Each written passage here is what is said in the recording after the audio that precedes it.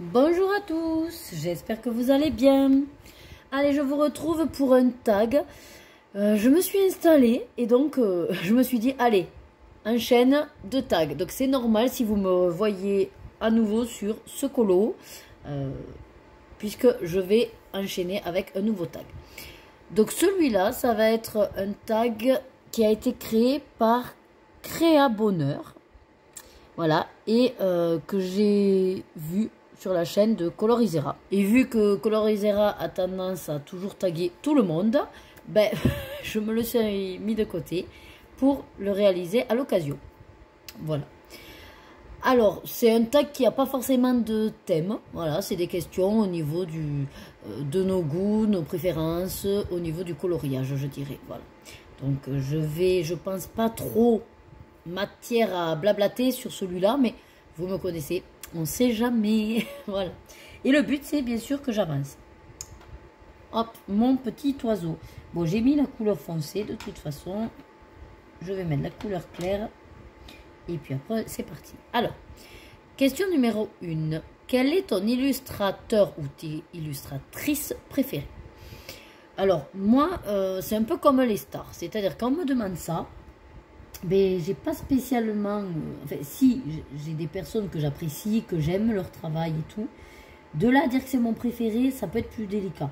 On va dire que dans le colo, une de mes préférées, ça va être Johanna Basford, puisque c'est une des premières avec qui j'ai découvert le coloriage hors Disney. Après, j'apprécie énormément dans tout ce qui est mystère Jérémy Mariez. Je trouve qu'il fait vraiment des illustrations magnifiques, qui nous fait vraiment de très très beaux livres mystères. Après, ben, un peu comme tout le monde, j'aime le style d'Anna Carzone, j'aime bien Clara Markova. Par contre, de là à dire que ce sont mes préférés, non. Voilà. Si je devais vraiment trouver des préférés, ce serait Johanna Basford, que j'aime beaucoup beaucoup beaucoup son style, et Jérémy Mariez. Après, j'aime aussi Jean-Luc Guérin. Ouais, j'aime bien les quelques livres que j'ai de lui. Ouais. Jean-Luc Guérin, j'aime beaucoup aussi. Voilà. Question numéro 2. Préfères-tu le coloriage mystère ou classique? Les deux. Alors, pareil, c'est pas une question de préférence. C'est vraiment par rapport au temps que j'ai. Et l'envie, bien sûr. Et c'est là où je vais quand même aller beaucoup plus vers le mystère. C'est vrai que j'ai tendance à être plus sur des réalisations de mystère. C'est clair, j'ai quasiment tous les livres de mystère. J'en fais régulièrement. Je me suis même lancé un nouveau challenge avec des tirages réguliers à Buddy Colo avec des listes de packs mystères. Voilà.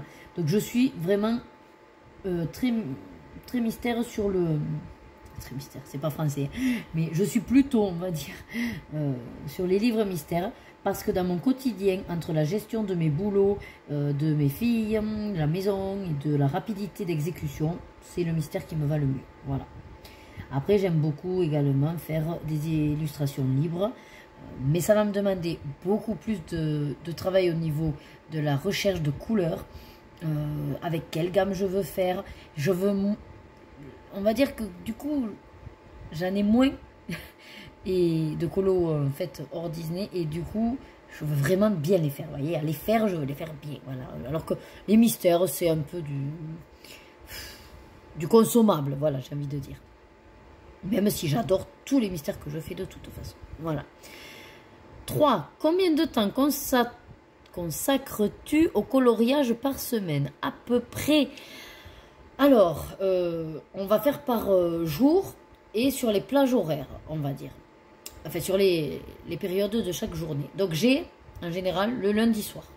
J'ai toute ma soirée, puisque mon mari joue en réseau. Donc, on va dire de 21h à minuit et demi, 1h, moi, je me couchais. Donc, on va dire j'ai 3 heures à peu près, lundi soir. Le mardi, alors, j'ai l'après-midi, mais maintenant, l'après-midi est consacré au montage. Donc, j'ai pas le temps de colo. Mais si, le jour où je fais pas de montage, j'ai le mardi après-midi. Le mardi soir, dans tous les cas, puisque je fais le montage l'après-midi, donc mardi soir. Le mercredi après-midi, même si c'est que 2 heures entrecoupées pour aller chercher les filles aux activités, j'ai quand même donc le mercredi après-midi. Souvent, je continue le mercredi soir. alors, le jeudi soir, ça va être plus en décalé parce que j'ai mon cours de danse et après je mange, mais j'ai quand même ma soirée pour faire du colo. Le vendredi après-midi, je suis dispo aussi. Et c'est le week-end où finalement, ben, j'ai moins de temps parce que même si je travaille pas, il y a les enfants à la maison et il y a d'autres choses à faire. Donc, j'arrive à faire quand même le samedi soir parce que nous, on est très casaniers en fait avec mon mari. Donc, pour le coup, on sort pas. Voilà. Et si on sort, oui, ça va être de temps en temps au restaurant, mais j'ai mes soirées plus ou moins. Et des fois, il y a des dimanches où si on n'a rien envie de faire, ou on fait vraiment un dimanche cocooning, je me mets aussi au colo. Voilà. Donc, on va dire qu'en gros, je colorie tous les jours, en général, tous les soirs. Voilà, à coup de, allez, on va dire entre 2 et 3 heures par jour. Donc, on va dire 3 fois 7, 21. Voilà, on va dire qu'on est sur une vingtaine d'heures par semaine. Voilà. Mais comme je ne fais pas que du colo, je ne peux pas non plus le comptabiliser qu'en colo. Parce que je vais des soirs faire 2-3 soirs peut-être du DP. Et je vais avancer mon DP. Ou ça va être du puzzle. Voilà. Ou du point de croix. Oui, voilà. 4. Où trouves-tu l'inspiration? Imagination, livre, reportage, internet. Alors, moi justement, j'ai pas trop d'inspiration. En général, j'aime dire que je suis une bonne copieuse. C'est-à-dire que vous me donnez un modèle, pas de souci, je recopie.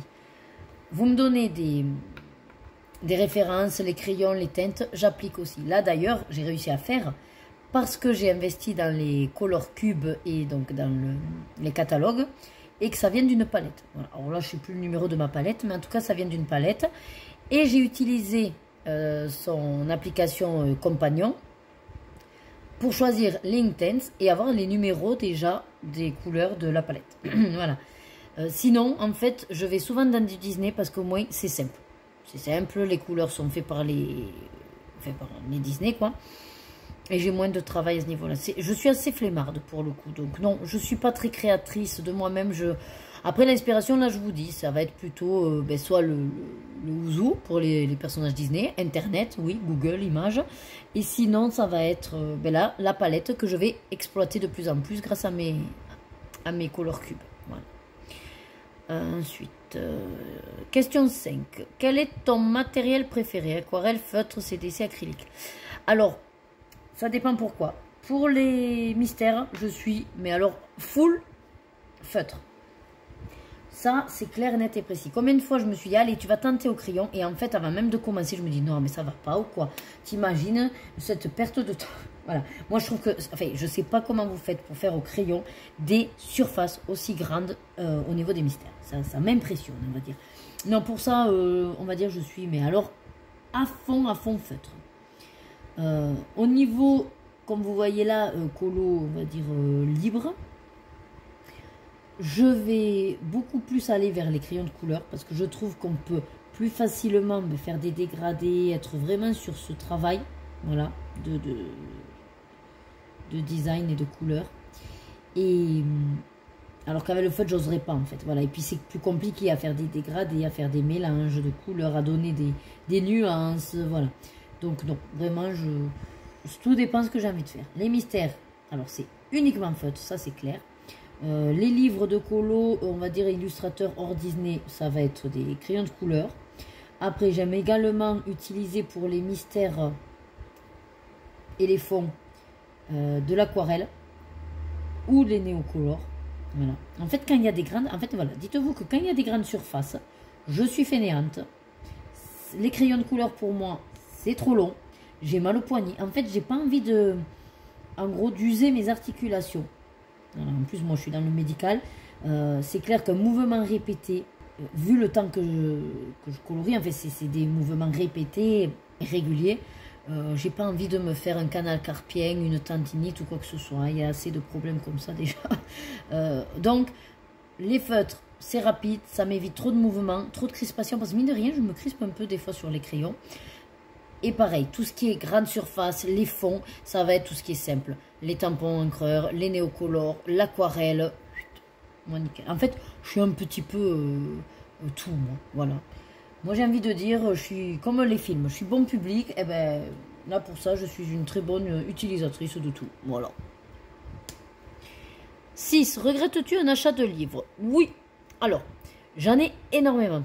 D'accord? Si vous me suivez, vous savez que je suis à un peu plus de 150 voire 160 bouquins.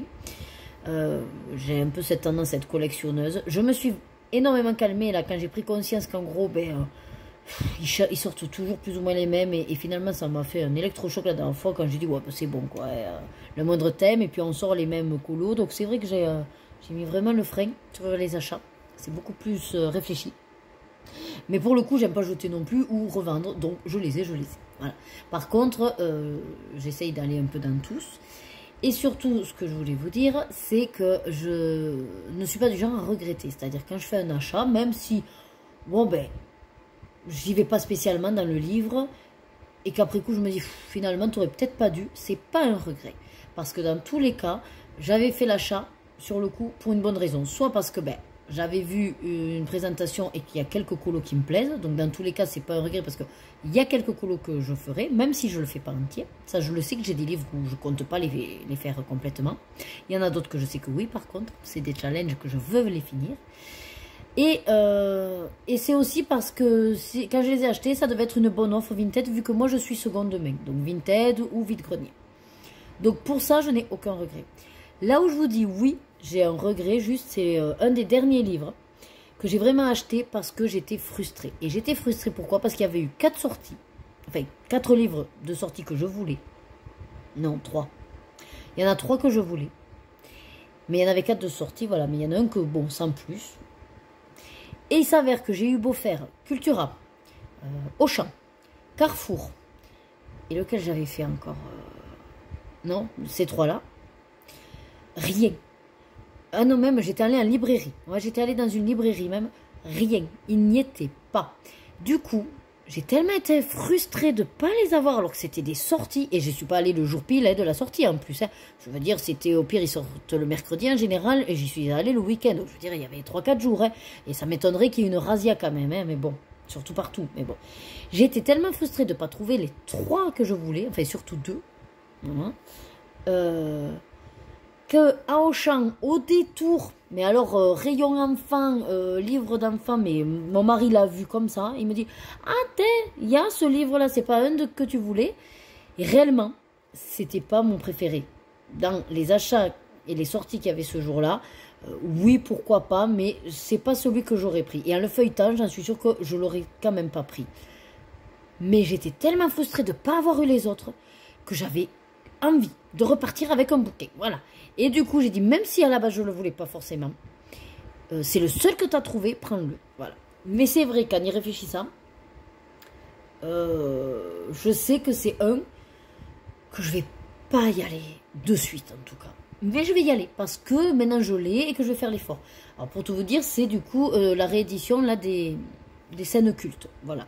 Qui est très beau, en cartonné. Donc je l'ai quand même pris et c'est pas un vrai regret parce que ça reste un livre beau pour ma collection, comme on dit, et comme galerie de portraits, comme château, voilà, c'est comme les cartes.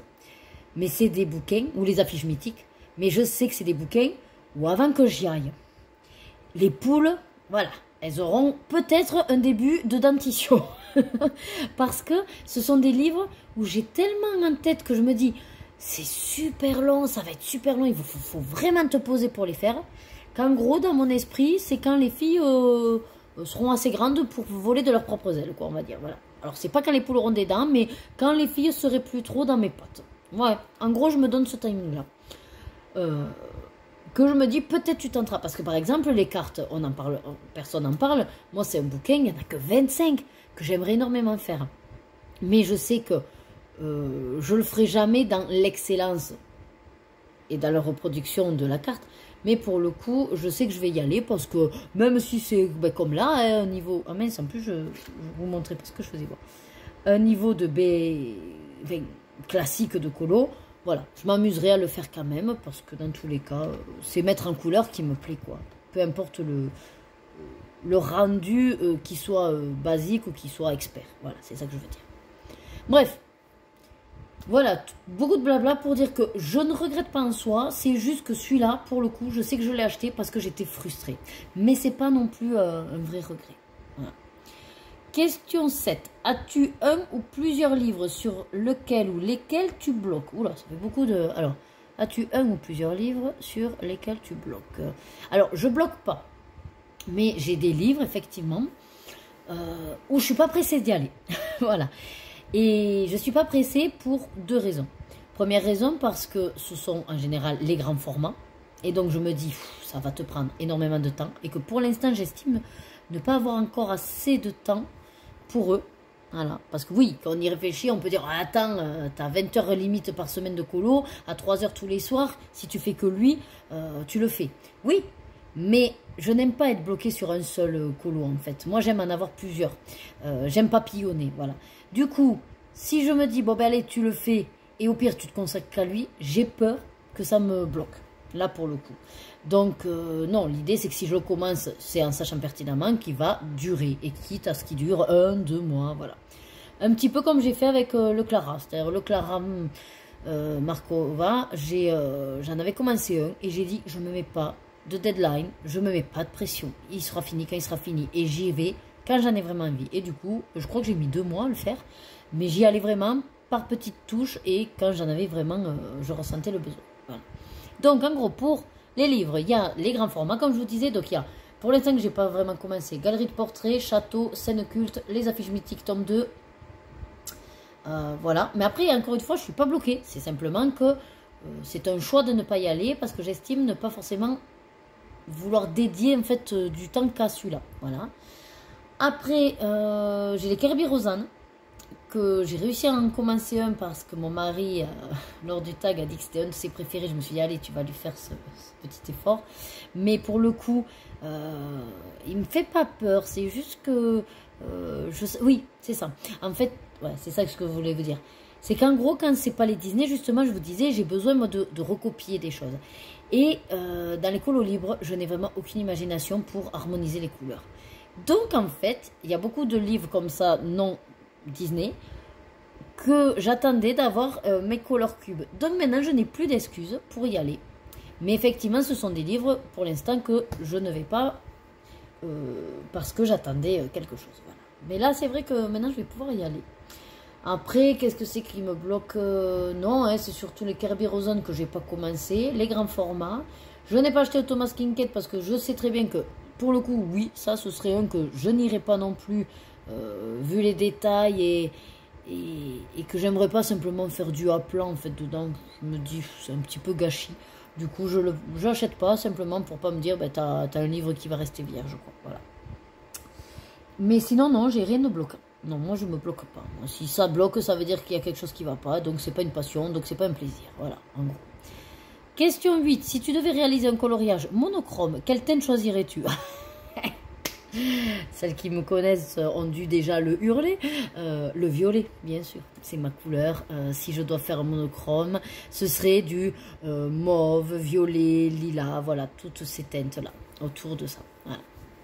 Quitte à aller un peu vers le magenta rose peut-être, mais et encore, non, pas trop. Ouais. Vraiment, ouais, tout ce qui est plutôt parme, lilas, pourpre, violet, voilà. Ensuite, question 9. Quelle est ton astuce blender préférée? Crayon, White Spirit ou autre? Alors, mon astuce blender préférée, alors, je trouve que, alors, c'est pas le White Spirit, moi, c'est l'essence sans odeur, fonctionne super bien. Mais pour le coup, j'utilise pas mal quand je fais des crayons celui-ci. Alors, je sais pas si c'est un blender à proprement parler, je crois que c'est un brunisher, mais bon, ça fait... Moi, en tout cas, ça fonctionne bien. C'est celui-là, de Caran d'Ache. En fait, il lisse. Alors, il dépose une pellicule qui fait que ça, voilà, ça lisse, ça... Vraiment, ça blende. Enfin, moi, je trouve que ça blende. Mais en plus, ouais, faites attention, par contre, avec celui-là, il rajoute une pellicule. Ce qui veut dire qu'après, vous ne pouvez plus rien faire. Voilà. Peut-être comparé à un autre blender. Est-ce que j'en ai un là? Celui-là, c'est un blender ou c'est le blanc? Non, ça, c'est le blanc d'illuminance. Attendez, parce qu'il y a un blender que j'utilise aussi. Mais c'est celui-là, voilà, le blender de Caran d'Ache. Mais que les quelques fois que je l'ai utilisé, il m'a pas vraiment transcendé, quoi, le résultat. Par contre, avec lui, j'adore. Mais alors, j'adore. Ça fait un aspect très crémeux, très lisse. Et puis brillant. Brillant. Et donc, je vous dis, ça dépose une pellicule, à mon avis. Parce qu'en fait, celui-là, j'ai constaté que si vous le passez avant et qu'après vous mettez la couleur, vous ne pouvez plus. Donc en gros, vous avez fait un trait blanc. Je m'en suis aperçue parce que quand j'ai eu débordé en blendant et que j'ai voulu après mettre la couleur sur l'autre partie, comme j'avais débordé, ben, j'ai pas pu. Et je me suis dit, mais mince, pourquoi tu peux pas colorier? Cette partie, elle reste blanche. Mais à cause de lui. Voilà. Bon, je vous le dis comme ça en passant. Mais bon. Voilà. Ensuite, 10. Montre-nous un colo raté à tes yeux. Waouh, ça va être compliqué parce qu'en fait, je suis critique envers moi-même, mais pour moi, je rate pas forcément. C'est-à-dire que soit effectivement, il n'est pas terrible, mais parce que j'étais pas inspirée ce jour-là, parce que j'ai pris des couleurs à l'arrache, parce que c'est pas harmonieux, mais c'est pas vraiment raté, c'est juste qu'il ne me plaît pas. Voilà.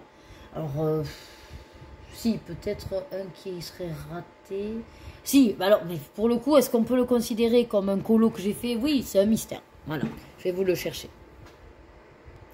Allez, j'ai plus ou moins galéré à le trouver, mais ça y est, c'est dans les grands classiques, donc dans le mystère, hein, tome 9. Voilà, c'est celui-là que je trouve affreux.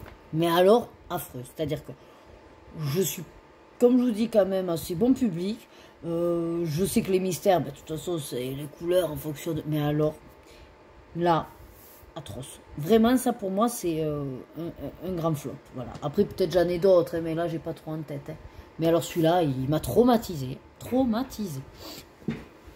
Voilà, ensuite, question 11. Montre-nous à l'inverse un colo réussi à tes yeux.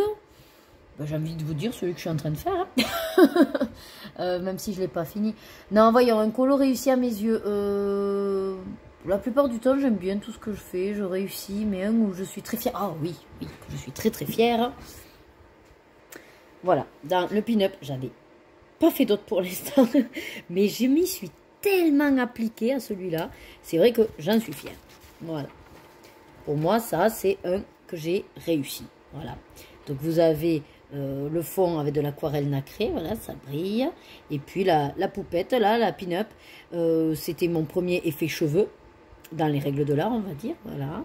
Et un petit effet peau également. Enfin, une couleur peau avec... voilà, je me suis aidée de ce qu'a mis Amandine pour faire du contraste, quoi.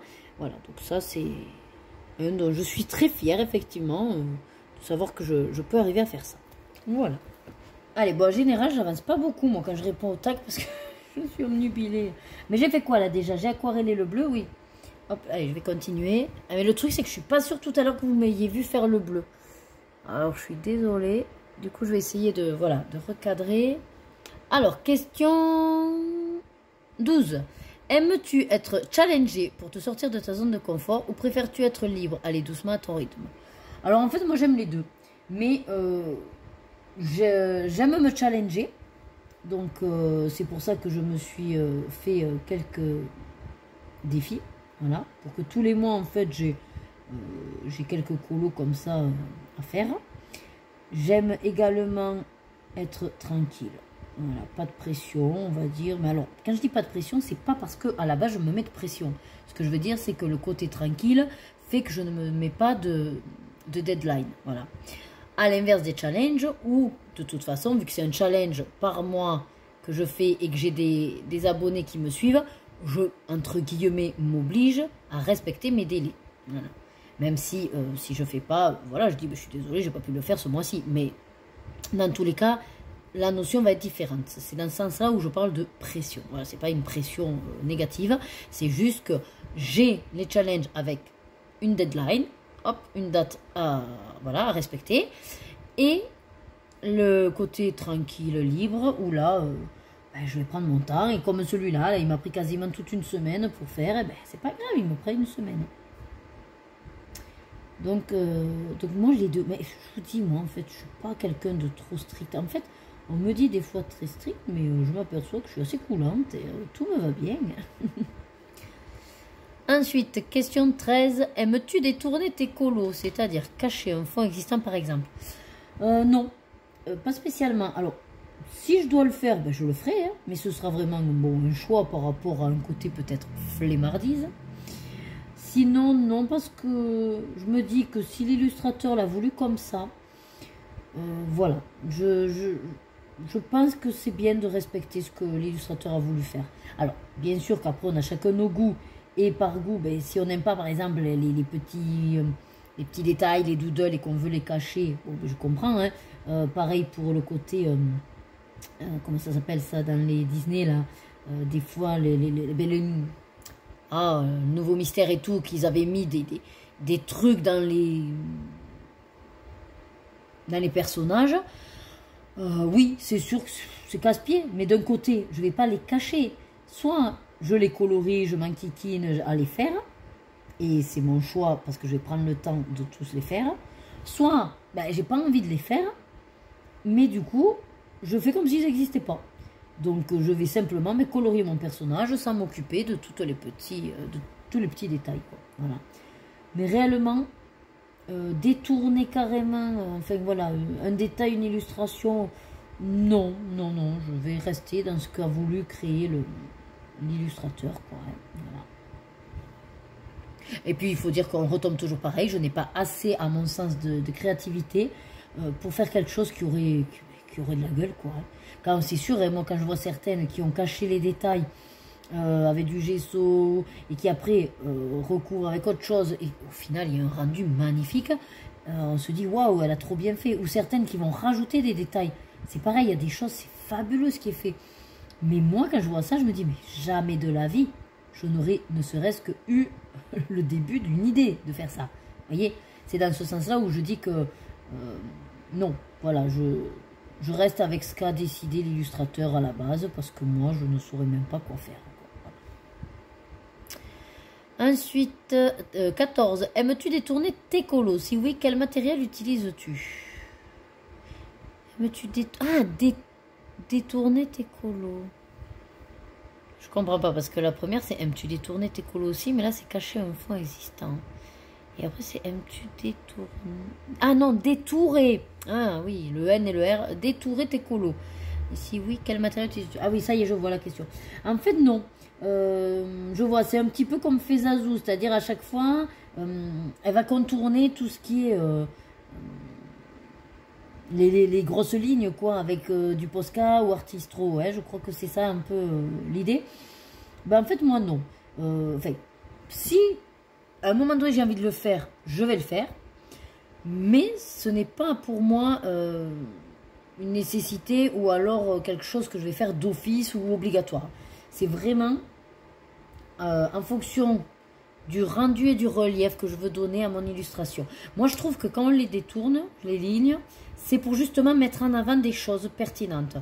Du coup, je vais le faire soit sur des détails, soit je ne le fais pas en systématique. Je suis plutôt du genre à rester avec les traits qui sont faits. Et j'ai envie de vous dire, certaines illustrations avec les gros traits, je trouve ça très beau. Et à l'inverse, comme là où finalement les traits grâce au noir, on ne les voit pas tant que ça, je trouve ça très beau aussi. Mais je vous dis, moi je suis très bon public. Je ne suis pas chiante du tout pour ça. Tout me va bien. Si par contre je devais faire les contours, c'est vrai que j'ai des Posca, j'ai les Artistro maintenant, puisque j'ai acheté, je l'ai là récemment, cette petite boîte là. Je n'ai pas encore testé, il faudra que je fasse. Et sinon je fais avec des stylos gel, tout simplement.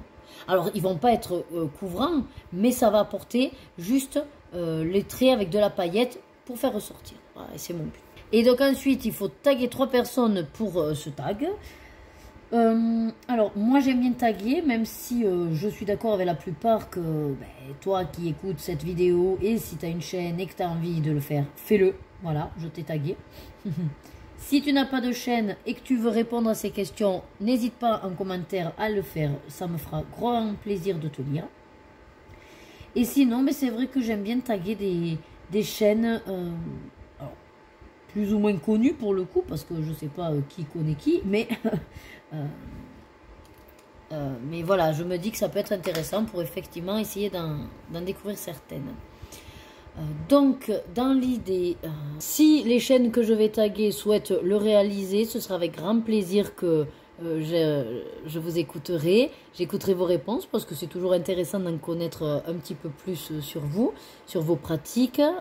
Et j'espère voilà, que vous n'oublierez pas de me taguer à mon tour pour que je puisse être informée de vos vidéos. Donc, si elle veut bien, je tague la chaîne de Charlotte Coloris, que j'aime bien suivre. Ensuite, les colos de Jojotte. Voilà, je me dis que ça peut être intéressant pour que je la découvre un petit peu plus.